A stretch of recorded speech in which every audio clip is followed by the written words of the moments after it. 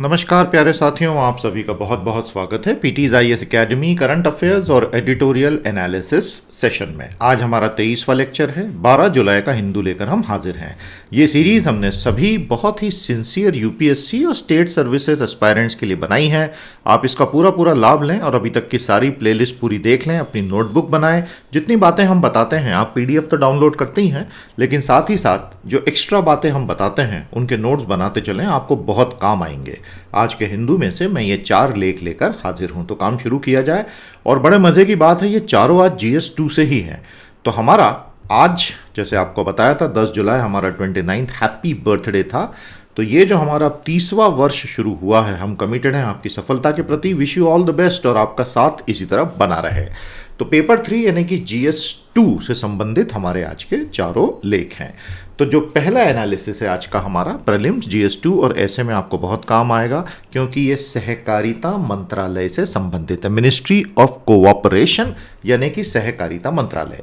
तो क्या कहता है हिंदू का एडिटर? वो कहता है cooperatives need cooperation and not control. अगर आप सहकारिता का एक केंद्रीय मंत्रालय बना रहे हैं, एक ऐसा विषय जो कि हमारे संविधान की 7वीं अनुसूची में स्टेट लिस्ट में है, तो फिर आप उसको कंट्रोल के लिए ना बनाएं, आप उसको सपोर्ट के लिए बनाएं, तो वो बहुत अच्छा रहेगा। चलिए, बहुत बढ़िया, समझते हैं। तो आपको ये कोऑपरेटिव मूवमेंट की बहुत अच्छी जानकारी मिल जाएगी दोस्तों। आज इसकी समरी कमेंट थ्रेड में ज़रूर लिखना। भारत में जो सहकारिता के विभिन्न संगठन बने हुए हैं, कोऑपरेटिव्स, वो बहुत बड़े विकास के इंजन होते हैं। क्योंकि राज्य जो काम करता है, मतलब सरकारें, और बाजार जो काम करता है, उसके अलावा कोऑपरेटिव्स एक तीसरा इंजन होते हैं सफलता का, लोगों के लिए इकोनॉमिक अपॉर्चुनिटीज क्रिएट करने का। जुलाई 2021 में केंद्र सरकार ने एक पूरा मंत्रालय बना दिया है, सहकार मंत्रालय, जिसमें सरकार ये कह रही है कि अब हम इस क्षेत्र पे विशेष ध्यान देंगे। तो लोगों को ऐसा लग रहा है कि कहीं ऐसा ना हो जाए कि केंद्रीय हाथों में ज़बरदस्त नियंत्रण पूरे भारत के कोऑपरेटिव्स का चला जाए, क्योंकि कोऑपरेटिव्स जो हैं वो राज्य सूची में आते हैं। ये न तो सेंट्रल लिस्ट में हैं, न कॉन्करेंट लिस्ट में हैं। तो इस मिनिस्ट्री को कानूनी रीच देने के लिए कुछ न कुछ कानूनों में बदलाव तो सरकार को करने ही पड़ेंगे। भारत में जितने भी सहकारिता संगठन हैं, वो एग्रीकल्चर में है, क्रेडिट यानी ऋण देना, मार्केटिंग में है, फर्टिलाइजर्स में है और कुछ दूसरे सेक्टर्स में है। और इनका गोल कभी भी, कोऑपरेटिव्स हमेशा याद रखिएगा दोस्तों, ये प्रॉफिट मैक्सिमाइजेशन के गोल पे काम नहीं करते, जिस पे प्राइवेट सेक्टर के संगठन करते हैं। ये लोग हमेशा अपने मेंबर्स की भलाई के लिए काम करते हैं, how to support all the members equitably. तो कोऑपरेटिव होते क्या हैं? जब किसी क्षेत्र विशेष के बहुत सारे लोग मिलकर बैठ जाते हैं, 100, 200, 1000, 5000, और वो ये बोलते हैं कि अब हम अपना संगठन बनाएंगे, तो जो मेंबर्स होते हैं वही मालिक होते हैं, और वो कोऑपरेटिव उन्हीं की सर्विस करता है, और उसमें प्रॉफिट ज़्यादा से ज़्यादा कमाओ, ये लक्ष्य कभी होता ही नहीं है। तो कोऑपरेटिव एक बिल्कुल अलग खेल है, समझ गए? अमूल एक कोऑपरेटिव है, लिज्जत पापड़ एक कोऑपरेटिव है। कोऑपरेटिव्स का काम होता है अपने अपने क्षेत्रों की सेवा करना। जहां जो सामान्य मुनाफा कमाने वाले बाजार हैं और व्यापारी हैं वो ध्यान नहीं देते, वहां कोऑपरेटिव्स आते हैं। तो ये सामाजिक संगठन हो गए एक तरह से। तो नेचुरली इनकी राजनीति में स्थानीय स्तर पे पकड़ बहुत अच्छी बनने लगती है। IFFCO, Indian farmer fertiliser cooperative limited, Bharat में आज उर्वरक क्षेत्र में 1/3 हिस्सा लेके बैठा है। Milk, cotton, handloom, housing, edible oil, sugar, fisheries, इन सब क्षेत्रों में भारत के अलग अलग राज्यों में कोऑपरेटिव बने हुए हैं। कुछ राज्य जैसे केरल वगैरह हैं, वहां तो आईटी पार्क्स और मेडिकल कॉलेजेस भी कोऑपरेटिव में चलाए जा रहे हैं, ताकि मैक्सिमम लोगों तक उसकी रीच पहुंचे। कुछ ऐसे क्षेत्र हैं जैसे बीमा, वहां आज तक कोऑपरेटिव नहीं बने क्योंकि उसके विनियामक प्रावधान ही नहीं है। भारत में कोऑपरेटिव्स पे पहला कानून अंग्रेज लेकर आए थे 1904 में, और ये ब्रिटिश राज में आया था। हमारे भारत में आर्थिक उदारीकरण 1991 में राव सरकार ने किया, और 2002 में पहली बार अटल बिहारी वाजपेयी की सरकार मल्टी स्टेट कोऑपरेटिव सोसाइटी अधिनियम 2002 लेकर आई थी। यदि आज 2021 के बाद से केंद्र सरकार धीरे धीरे भारतीय कोऑपरेटिव्स की पॉलिटिकल ताकत यूज करने के लिए सोच रहा है, तो वो काफ़ी घातक हो सकता है। भारत से, क्योंकि पिछले इतने सालों में कोऑपरेटिव्स ने गरीबी घटाने, खाद्य सुरक्षा बढ़ाने, प्राकृतिक संसाधन और पर्यावरण प्रबंधन करने, इस सब में बहुत मदद की। हालांकि इस सेक्टर में बहुत सारी प्रॉब्लम्स भी हैं। स्थानीय स्तर पर जो नेता नगरी होती है वो बहुत सारा पैट्रोनेज के अपने नेटवर्क बना लेते हैं। हमने ये कुछ कोऑपरेटिव बैंक्स के साथ घोटाले होते हुए भी देखे। पिल्फरेज यानी पैसे की चोरी, मिसमैनेजमेंट और करप्शन, ये हर जगह नहीं होता है। मैक्सिमम कोऑपरेटिव्स बहुत अच्छे से चल रहे हैं, लेकिन ये होता है। अमित शाह साहब जो गृह मंत्रालय चलाते हैं वो खुद एक जिला कोऑपरेटिव बैंक चला चुके हैं, तो उनको ये सारे खेल पता हैं। ऑटोनॉमी फॉर कोऑपरेटिव्स, अक्सर जो स्वायत्तता होती है कोऑपरेटिव्स को, काफ़ी स्वतंत्रता होती है। स्थानीय स्तर पर उसका दुरुपयोग होना कोई नई बात नहीं है। हालांकि आरबीआई और स्टेट दोनों उसका डुअल कंट्रोल रखे हुए हैं। सेंट्रल मिनिस्ट्री इस चीज़ का सॉल्यूशन नहीं हो सकती। कोऑपरेटिव स्पिरिट का मतलब होता है सभी सदस्यों के द्वारा लोकतांत्रिक निर्णय लेना, ट्रांसपेरेंटली लेना, एफिशिएंटली लेना। तो अगर आप एक केंद्रीय मंत्रालय बना रहे हैं, बहुत अच्छी बात है। उससे आप पूरे भारत में कोऑपरेटिव मूवमेंट को तेजी से आगे बढ़ाइए, डिसेंट्रलाइजेशन करते हुए। अगर उसको एक कमांड अथॉरिटी बना दिया गया तो वो तो कोऑपरेटिव्स के मूल विचार को ही समाप्त कर देगा। आ गया समझ में? तो बहुत अच्छा लेख है और बहुत सारी चीज़ें हमको सीखने को मिली। पॉइंट वाइज हमको भी समझाइए कमेंट थ्रेड में। और क्या आप किसी अपने लोकल कोऑपरेटिव को जानते हैं, नाम के साथ बताइए। और आप किस शहर के हैं, किस जिले के हैं, किस प्रदेश के हैं और कौन सी एग्जाम देने वाले हैं अगले कुछ दिनों में, ये हमारे साथ कमेंट थ्रेड में शेयर कीजिएगा। आज का हमारा दूसरा लेख जो है बेहद खूबसूरत लेख है। भारत की एक बहुत ही पुरानी समस्या है इनइक्वालिटी और डिस्क्रिमिनेशन, असमानता और भेदभाव। लेकिन भेदभाव सिर्फ जाति आधार पर नहीं होता है, भेदभाव बहुत सारे आधारों पर होता है।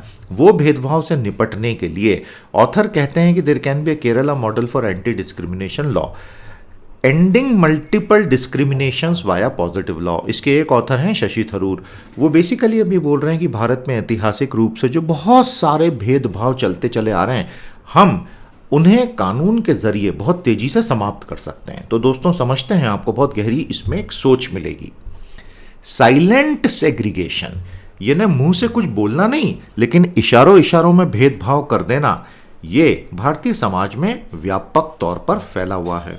और इसके जरिए क्या होता है, लोगों के साथ भेदभाव या तो उनके जेंडर के आधार पर, या मैरिटल स्टेटस के आधार पर, या सेक्सुअल ओरिएंटेशन के आधार पर, या खान पान की आदतों के आधार पर चुपचाप बिना बोले ऐसा भेदभाव होता है कि वो स्ट्रक्चरल हो जाता है।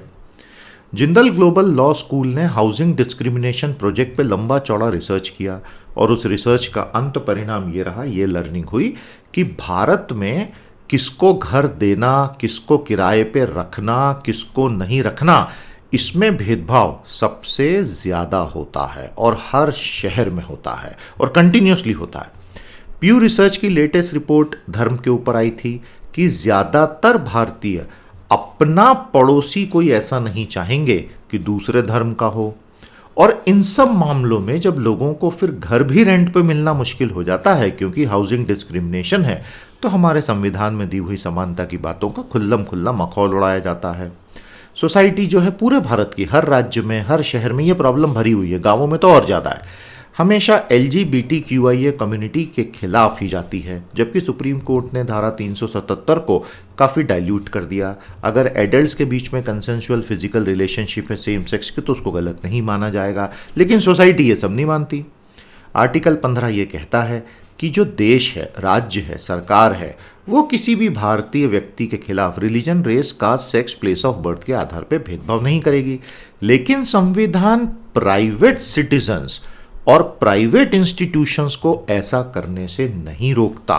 तो ये लोग ज़बरदस्त भेदभाव करते हैं। और इनफैक्ट संविधान में बहुत सारे ऐसे कारण तो सूचीबद्ध भी नहीं किए गए जिनके आधार पर आज के आधुनिक भारत में डिस्क्रिमिनेशन होता है। एथनिसिटी, आपकी नस्ल क्या है, लिंग्विस्टिक आइडेंटिटी, आप कौन सी भाषाएं बोलते हैं, नेशनैलिटी, मैरिटल स्टेटस, आप अनमैरिड हैं तो आपको कई बिल्डिंग्स में घर ही किराए पे नहीं मिलता है, sexual orientation, disability, physical appearance, इन सब चीज़ों के आधार पे भेदभाव प्रचुर मात्रा में है भारत में। फिर इंटरसेक्शनल डिस्क्रिमिनेशन होता है। मान लीजिए कि कोई दलित औरत है, अब वो 3 तरह के भेदभाव फेस करती है। एक वो करती है बीइंग अ दलित, एक वो करती है बीइंग अ वुमन, और एक वो करती है बीइंग अ दलित वुमन। तो ऐसा कब तक हम चलने देंगे, ये कहना है लेखकों का।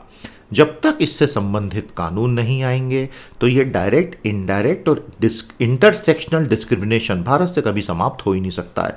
अगर आप ये सोच रहे हैं कि समाज अपने आप को बदल लेगा तो वैसा तो होना नहीं है। होना होता तो अभी तक हो गया होता। Most liberal democracies have very clear laws that such discrimination is not allowed. Bharat liberal democracies में एक अपवाद है जहां सच्चर कमेटी 2006 की अनुशंसाओं के बावजूद और expert group on equal opportunity commission के professor N R Madhava Menon के अनुशंसाओं के बावजूद इस तरह का कोई भी लॉ नहीं आया। 2010, 11, 12 के आसपास एक ड्राफ्ट बिल तैयार तो हुआ था, लेकिन वो सब फिर धुआं धुआं हो गया। शशि थरूर खुद लेखक हैं इस आर्टिकल के। वो बोलते हैं मैं व्यक्तिगत रूप से 2016 में anti discrimination and equality bill एक प्राइवेट मेंबर के रूप में लाया, लेकिन फिर वो बिल आगे नहीं बढ़ पाया। तो आज की तारीख में ये ज़रूरी है कि भारत के राज्यों में से कोई एक या दो आगे बढ़ के ऐसा कानून बना दें। अगर उन्होंने बनाया तो बाकी राज्य भी बनाएंगे, तो फिर केंद्र को भी एक न एक दिन बनाना पड़ेगा। तो अगले 5-10 सालों में हम भारत से ऐसी समस्याओं को जड़ से खत्म करने की दिशा में आगे बढ़ सकते हैं। केरल में अभी तक के दोनों बड़े पॉलिटिकल फॉर्मेशंस ने इस साल के चुनावी मैनिफेस्टो में बोल ही दिया था हम इस तरह का कानून लाएंगे। तो ये राज्य क्या कर सकते हैं, list 3 in the 7th schedule of the constitution की 8th एंट्री का इस्तेमाल करके ऐसा कानून बनाकर सिविल पेनल्टीज लगा सकते हैं। इसमें कोई क्रिमिनल पेनल्टीज नहीं होंगी, इसमें आप पे मॉनेटरी पेनल्टीज होंगी या कोई दूसरी सिविल पेनल्टीज होंगी अगर आप ऐसा भेदभाव करेंगे तो ऐसा बिल क्या करेगा, ये है सारी कहानी। आप देखिए भारत में भेदभाव कितने प्रकार का साइलेंट सेग्रीगेशन चल रहा है। ऐसा कानून इन सब लोगों को प्रतिबंधित करेगा भेदभाव करने से। Landlord, trader, private persons in public function, public authorities from discriminating on grounds of caste, race, descent, ethnicity, sex, gender identity, expression, pregnancy, sexual orientation, religious identity, tribe, disability, linguistic identity, HIV status, nationality, marital status, dietary preferences, skin tone, physical appearance, place of residence, birth, age. अरे बाप रे बाप, इतना कुछ। तो अब यही सच्चाई है भैया। तो आपने अपने जीवन में कभी भेदभाव फेस किया है व्यक्तिगत रूप से? बताइएगा कमेंट थ्रेड में कि आपके साथ कहाँ ऐसा हुआ और आपको बहुत बुरा लगा कि मुझे कोई मदद नहीं कर रहा है। लॉजिकल रिस्ट्रिक्शंस अप्लाई कर सकते हैं, जैसे कि कोई ड्रामा कंपनी मान लो कोई बहुत बड़ा ड्रामा स्टेज कर रही है और उसमें कोई मेल कैरेक्टर है तो वहाँ केवल मेल सिलेक्ट होंगे, इसमें कोई बंदिश नहीं लगाई जा सकती। बड़ी मज़ेदार बात है। तो ऐसा कानून बेसिकली सभी सरकारी संस्थानों, सार्वजनिक संस्थानों में एक पॉजिटिव एफर्मेटिव एक्शन के प्रावधान लाएगा और इक्वालिटी कमीशन भी बनाएगा। तो समानता आयोग बनेंगे राज्य लेवल पर, और अगर कल को केंद्र सरकार को लगा तो केंद्रीय स्तर पर भी बना सकती है। और इन लोगों ने क्या किया है कि ऐसा एक पूरा बिल का मसौदा बना के अभी की केरल सरकार को भेज दिया है। अगर सरकार ने ऐसा कानून बना दिया तो 1950 के संविधान के बाद ये भारत में नागरिक अधिकारों का सबसे बड़ा विस्तारीकरण होगा, जो देश के लिए मील का पत्थर साबित हो सकता है। क्योंकि भेदभाव आधारित समाज एक आधुनिक समाज नहीं हो सकता, तो हमें साइलेंट सेग्रीगेशन को समाप्त करना ही होगा। हालांकि भारत ने बहुत तरक्की की है, लेकिन अभी भी ये सब तो मौजूद है ही, तो इसको हमें समाप्त करना है। दोस्तों, आपको भारतीय संविधान की खूबसूरती बताता हूं जो आप में से कईयों को नहीं पता होगी। कमेंट थ्रेड में इसको अपने शब्दों में रिपीट कीजिएगा। जब संविधान फाइनली लागू हुआ तो उसने भारत के हजारों साल के इतिहास में एक बहुत बड़ा परिवर्तन करते हुए पहली बार भारत के नागरिकों को फंडामेंटल राइट्स दिए। आज के पहले नागरिकों के पास फंडामेंटल राइट हजारों सालों से नहीं थे। सब कुछ सामुदायिक या सामाजिक स्तर पे होता था, उनको अधिकार होते थे। But for the first time in India the individual was given primacy and brought at the centre and society was made secondary. सामाजिक अधिकार सेकेंडरी हैं, प्राइमरी है इंडिविजुअल। यह है भारत का संविधान। कितने लोगों को ये बात पता भी है, सोचिए। प्यारे दोस्तों, आज का हमारा तीसरा एडिट तैयार है। प्रीलिम्स, GS2 और ऐसे में आपको काम आएगा भारत इटली के संबंध, और वो भी हिंद प्रशांत की डिबेट के कंटेक्स्ट में। तो एक बार मुझे जरा कमेंट थ्रेड में बताओ कि पिछले 2 सालों से हम लोग ये बार बार इंडो पैसिफिक का राग सभी लोग अलाप रहे हैं। तो ये है क्या इंडो पैसिफिक, जरा बताओ मेरे को। इंडो पैसिफिक क्षेत्र में अचानक से बड़ी बड़ी पश्चिमी ताकतों की रुचि जाग गई है और वो सभी ने भारत के साथ बातचीत की है, क्योंकि भारत नेचुरली इतना बड़ा पेनिनसुला है भारत का, और वो पूरा इंडो पैसिफिक क्षेत्र पर ऑटोमेटिकली इंडियन ओशन की वजह से एक प्रभुत्व तो बना ही हुआ है। और ये सबको समझ में आ गया कि जो पारंपरिक और एकदम ही रिजिड गठबंधन होते थे वो आज की उभरती हुई जटिल भू राजनीतिक समस्याओं का समाधान कर नहीं पाते हैं। और विशेष तौर पर हिंद प्रशांत क्षेत्र में जो एक बहुत वास्ट भूगोल है, और यहाँ पे चीन बहुत आक्रामक है, और यहाँ कोई ऐसी मल्टीलैटरल बॉडी है नहीं जो इस चीज़ को निपटा सके, इसीलिए इंडो पैसिफिक का डिबेट बहुत तेज हो गया है। इस संदर्भ में पिछले कुछ सालों से क्वाड ने अचानक से गति पकड़ ली। हालांकि 10 साल पहले जब पहली बार कोशिश हुई थी तो क्वाड बहुत जल्दी अपनी मौत मर गया था, क्योंकि इंडिया का इंटरेस्ट खत्म हुआ था। अब चाइना ने जब से लाल लाल आंखें दिखानी शुरू की हैं तो भारत को समझ में आ गया है कि चाइना को डबल लाल आंखें दिखानी पड़ेंगी, नहीं तो शी जिनपिंग के तो समझ आएगी नहीं बात। तो इसलिए भारत ने क्वाड को आगे बढ़ाया, तो पश्चिम बहुत खुश है। और जो देश सिमिलर डेमोक्रेटिक वैल्यूज़ वाले हैं वो सब एक साथ आ रहे हैं, क्योंकि इसमें मैरीटाइम सिक्योरिटी, समुद्री सुरक्षा, पैंडेमिक रिस्पांस, ट्रेड रिलेशन सब कुछ आ गए हैं। इटली ये चाहता है कि अब वो हिंद प्रशांत क्षेत्र की स्ट्रेटजी बनाए, और भारत और जापान को ट्रायलैटरली ज्वाइन कर रहा है। तो अब हम देखेंगे इंडिया, इटली, जापान त्रिपक्षीय, समझ में आया, ट्रायलैटरल। और ये एक इटली की पारंपरिक सोच से विपरीत है। नॉर्मली वो लोग क्या करते हैं इटालियंस, वो अपने अटलांटिक रीजन पे यानी अंध महासागर क्षेत्र में और यूरोपीय क्षेत्र पे ही ध्यान देते थे, लेकिन पहली बार अब वो बोल रहे हैं कि नहीं भैया, हम भी यहाँ इंडो पैसिफिक में आएंगे, क्योंकि हम भी डेमोक्रेसी हैं, हमारे यहाँ भी ह्यूमन राइट्स मायने रखते हैं, इंडिया में भी ह्यूमन राइट्स मायने रखते हैं, तो हम सारे दोस्ती कर लेंगे। इटली के प्रधानमंत्री मारियो द्रागी, इसके पहले वो एक बहुत बड़े बैंकर हुआ करते थे, कौन से बैंक के बताओ बेटा, वो इसमें व्यक्तिगत रुचि ले रहे हैं। और उन्होंने खुल के बोल दिया है कि ये जो चाइना है ना, इसकी व्यापारिक गतिविधियां बड़ी अनफेयर हैं। और वो तो सीधे सीधे द्रागी साहब तो यूरोपियन यूनियन को बोल रहे हैं कि चाइना में जो मानव अधिकारों को कुचला जा रहा है मिलिट्री के बूट के नीचे, उसके ऊपर आवाज़ उठाओ भाई, डरो मत। इटली ये बोलता है कि मैं अपनी एक बड़ी आर्टिकुलेट पॉलिसी लेकर आऊंगा इंडो पैसिफिक पे। आर्टिकुलेट शब्द बड़ा अच्छा होता है। आर्टिकुलेट एक वर्ब भी होता है, क्रियावाचक भी होता है, और आर्टिकुलेट एक एडजेक्टिव भी होता है, विशेषण भी। यहाँ हमने उसको एज एन एडजेक्टिव यूज़ किया, मैंने अभी जो यूज़ किया था कि it will bring an articulate policy, यानी बहुत अच्छे से बताई हुई। और आर्टिकुलेट एज अ वर्ब यानी मैं बहुत स्पष्ट तरीके से बोलूँगा। तो जब आप इंग्लिश पढ़ते हैं दोस्तों, तो बहुत ज़रूरी होता है कि पार्ट्स ऑफ स्पीच आपको मालूम होना चाहिए, noun, pronoun, adjective, verb, adverb, conjunction, preposition, क्योंकि उसके बिना आपका जो सेंटेंस कंस्ट्रक्शन है वो हमेशा टूटा फूटा रहेगा। बिना पार्ट्स ऑफ स्पीच को सीखे और बिना ये जाने कि कौन सा शब्द कहाँ नाउन है, कहाँ वर्ब है, कहाँ एडजेक्टिव है, आपका अंग्रेजी भाषा पे कमांड कभी भी अच्छा नहीं बन पाएगा। इसलिए पार्ट्स ऑफ स्पीच पे बहुत ध्यान दीजिएगा। तो इटली बोलता है कि भैया अब हम एक अच्छी सी इंडो पैसिफिक स्ट्रेटेजी बनाएंगे, और इंडिया, जापान, इटली से उसको बहुत उम्मीद है, उस ट्रायलैटरल से। और वो Italy as a part of EU नहीं होगा, वो इटली एज अ कंट्री आ रहा है, समझ गए। तो ये जो नया त्रिपक्षीय गुट बन रहा है, इससे भारत और इटली के द्विपक्षीय को भी बहुत फायदा होगा। क्यों? क्योंकि देखिए, रोम और टोक्यो के रिश्ते हमेशा से बहुत अच्छे रहे हैं, और टोक्यो इंडिया के रिश्ते बहुत अच्छे हैं। तो टोक्यो दिल्ली बहुत अच्छा है, रोम टोक्यो बहुत अच्छा है, तो बाय डेफिनेशन दिल्ली टोक्यो जो है अच्छा होने की वजह से रोम टोक्यो अच्छा होने से दिल्ली रोम भी अच्छा हो जाएगा। G20 का लीडर समिट होने वाला है अक्टूबर में रोम में, और उसमें भारत जाएगा ही जाएगा। और 2023 में तो भारत राष्ट्रपति बनने वाला है, अध्यक्ष बनने वाला है, वेरी सॉरी, राष्ट्रपति गलत शब्द यूज हो गया, भारत अध्यक्ष बनने वाला है G20 का, और भारत में ही होगा सारा समिट, ठीक है। तो ये एक सांस्थानिक कोऑर्डिनेशन का बिल्कुल सही समय आ चुका है। तो कहने की बात यह है कि ट्रेड एंड इकोनॉमी हो या सिक्योरिटी हो, भारत और इटली और जापान एक त्रिपक्षीय सप्लाई चेन डेवलपमेंट पे काम कर सकते हैं और इंडो पैसिफिक पार्टनरशिप कर सकते हैं। समय आ गया है कि एक सही तरह की भागीदारी बनाया जाए। तो भारत के फॉरेन रिलेशंस में ये आपको बहुत बहुत मददगार होगा। समरी निकालिएगा दोस्तों। चारों प्लेलिस्टें कितने बच्चों ने अभी तक सारी देख ली, जरा कंफर्म करो। सारे सेशन देखे, सब लाइक किए, शेयर किए, अपने दोस्तों को हमारे चैनल से जोड़ रहे हैं। इस चैनल को आगे बढ़ाना आपकी जिम्मेदारी है। आप जितने सेशंस देखोगे, लाइक करोगे, शेयर करोगे, जुड़ोगे, सब्सक्राइब करोगे, उतनी हमारी टीम की हिम्मत बनी रहेगी। तो भाई आपके ऊपर है। दोस्तों, आप में से कई लोगों ने हमसे रिक्वेस्ट किया कि सर हिंदू के अलावा दूसरे एडिटोरियल भी लाइए। देखिए, एक बात समझिए, एक एक सेशन बनाने में कई घंटे लगते हैं, तो ये अपने आप में कमिटमेंट होता है। ये तो हम फ्री सर्विस आपको दे रहे हैं, कमिटेड है, देते रहेंगे जब तक दे सकेंगे, आपका साथ मिलता रहेगा। लेकिन हमारा एक बहुत अच्छा प्रीमियम कोर्स है पावर ऑफ 10। कल ही मैंने इसका 56वां सेशन लिया। इस हर सेशन में, हर संडे को होता है वो सेशन, 2 घंटे की क्लास होती है। तो अभी तक हम 56 क्लासेस ले चुके हैं और उसमें हर सेशन में 10 एडिट में लेता हूँ।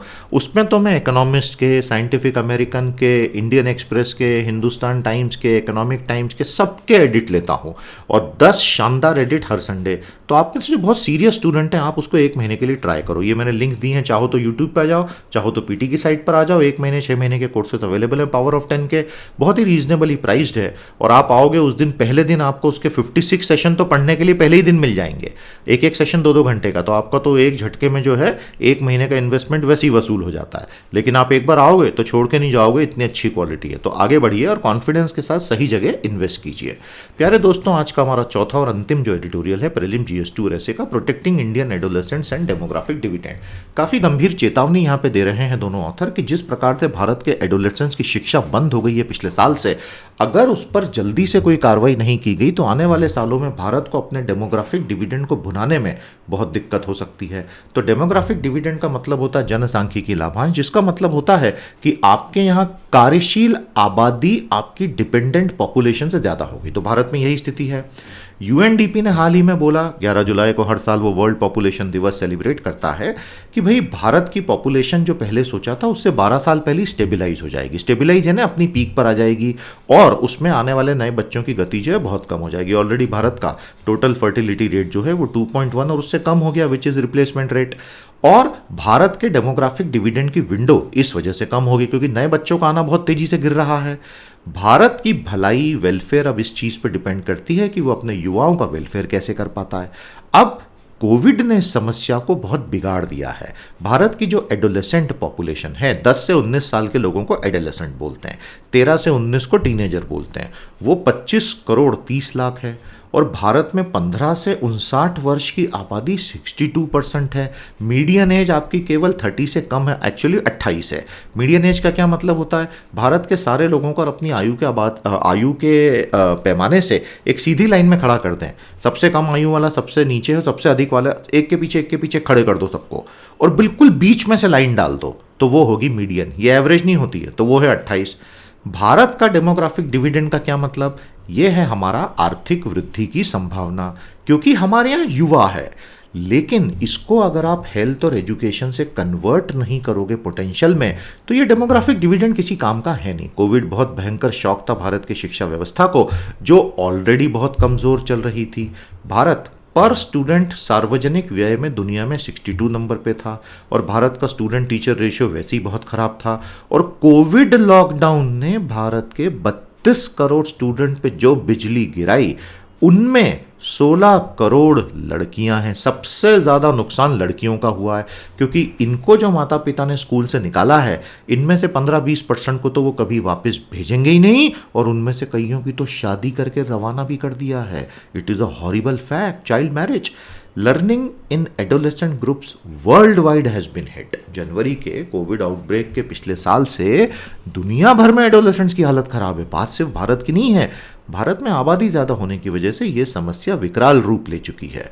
और ILO कहता है, इंटरनेशनल लेबर ऑर्गेनाइजेशन, अंतर्राष्ट्रीय श्रम संगठन, कि बच्चों में, युवाओं में अब जो है एंग्जाइटी और डिप्रेशन तेजी से फैल गया है। तो क्यों ना भारत सरकार प्रायोरिटी पे टीचर और स्कूल स्टाफ को टीके पहले लगा दे, कोविड के, स्कूलों को ओपन जल्दी जल्दी करे, डिसेंट्रलाइज डिसीजन मेकिंग स्थानीय स्तर पे तय करने दो कौन से स्कूल को जल्दी खोला जा सकता है। पैंडेमिक ने क्योंकि बाल विवाह भी बढ़ा दिए हैं और जनरल पॉवर्टी बहुत बढ़ा दी है, साथ ही साथ जेंडर बेस्ड वायलेंस बहुत बढ़ गया है। यदि किसी लड़की के प्राइमरी केयर गिवर्स जो है, माता पिता, जो भी घर के बड़े हैं, अगर उनकी मौत हुई है कोविड से या वो बीमार पड़ गए, तो वो अब्यूज का शिकार बन रही हैं या मानव तस्करी का शिकार बन रही हैं। बहुत भयानक हालत है, बहुत खतरनाक रिपोर्ट है ये। रिस्ट्रिक्टेड मोबिलिटी का मतलब है घरों के भीतर वायलेंस ज़्यादा रहा है, और लड़कियों ने क्योंकि सबसे ज़्यादा सफ़र किया है, तो क्यों ना मिनिस्ट्री ऑफ एजुकेशन सबसे पहले लड़कियों को स्कूल में लाना शुरू करे और उनकी पढ़ाई शुरू करवाए। साथ ही साथ ministry of health and family welfare pandemic से लड़ने के इंडिविजुअल लेवल पे गाइडेंस दे, मिड डे मील शुरू करवाए, और टीचर्स लड़कियों तक मेंस्ट्रुअल हाइजीन प्रोडक्ट्स जो बटने बंद हो गए कोविड में, वो जल्दी जल्दी बांटना फिर से शुरू करें। ईस्ट एशिया ने 1965 से 1990 में आधुनिकता की लंबी छलांग भरी क्योंकि उसने अपने ह्यूमन रिसोर्सेस में बहुत निवेश किया। भारत भी वो लंबी छलांग भर सकता है, लेकिन समय बीतता जा रहा है, जल्दी कुछ कीजिए। आया समझ में? दोस्तों, ये वास्तविक चुनौतियां हैं देश की और इस पे जितना जल्दी कुछ होगा, नहीं तो क्या होगा, बहुत सालों तक इसका दंड हमको भुगतना होगा।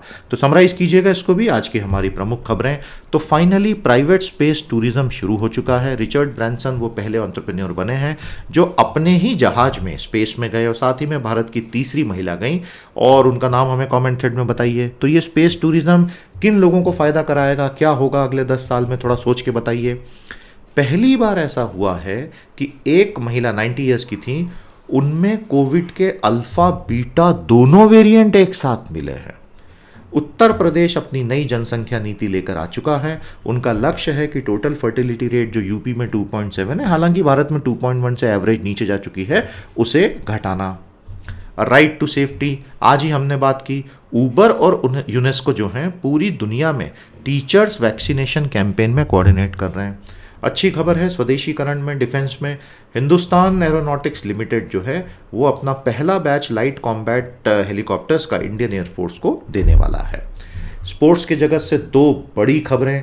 पहली खबरी, लियोनेल मेसी भैया जो हैं पहली बार कोपा अमेरिका जीतकर अपना पहला इंटरनेशनल टाइटल जीते हैं, बहुत बहुत बधाई। वो आज तक बेचारा इतना बड़ा प्लेयर जो है अपने देश को कभी नहीं जिता पाया था किसी बड़ी कंपटीशन में। और दूसरा, जोकोविक जो है फाइनली उसने भी 20 ऑल कर दिया। तो दुनिया में टेनिस अब 3 लोगों के घर का खेल बन गया है, और वो हैं फेडरर, नडाल और जोकोविच। ज़बरदस्त सफलता विंबलडन की। और ये डेटा जो इसमें ग्रैंड स्लैम का दिया है, ये थोड़ा सा एग्जाम के हिसाब से भैया ध्यान रखना, बिल्कुल पूछेंगे। काबुल एयरपोर्ट को एंटी मिसाइल सिस्टम दिया गया है क्योंकि तेजी से तालिबान आगे बढ़ रहा है। और एबी अहमद साहब इथियोपिया वाले, ये फिर से चुनाव जीते हैं। ये पहले एक बहुत बड़ा पुरस्कार भी जीत चुके, बताएंगे कौन सा। और फिलहाल इनका जो टिग्रे रीजन में बहुत मानव अधिकारों का उल्लंघन भी चल रहा है, और साथ ही साथ ग्रेट इथियोपियन रेनेसांस डैम को लेके इजिप्ट से ये भिड़े हुए भी हैं। लेकिन फिलहाल चुनाव तो जीतते जा रहे हैं। चश्मा बड़ा अच्छा फैंसी पहना हुआ है। साथियों, अगर अंग्रेजी में आपको जरा भी दिक्कत है, पूरे कॉन्फिडेंस से हमारे इस कोर्स में एनरोल करें। आपकी बहुत सारी अंग्रेजी की दिक्कतों को ये अकेला कोर्स दूर करेगा। Wish you all the best. आज के लिए इतना ही, कल आपसे फिर भेंट करेंगे। नमस्कार, जय हिंद।